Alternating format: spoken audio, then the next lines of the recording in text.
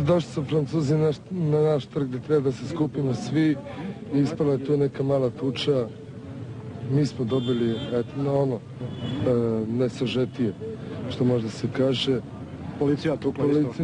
Pa nije nas mnogo tukla, u principu samo potrče se nama i stanu, nema problema, nikakvih nema problema sa panduracijom. Žorž odveden? Žorž je odveden, pustit će ga najverovatnije do početka utakmice, nema problema.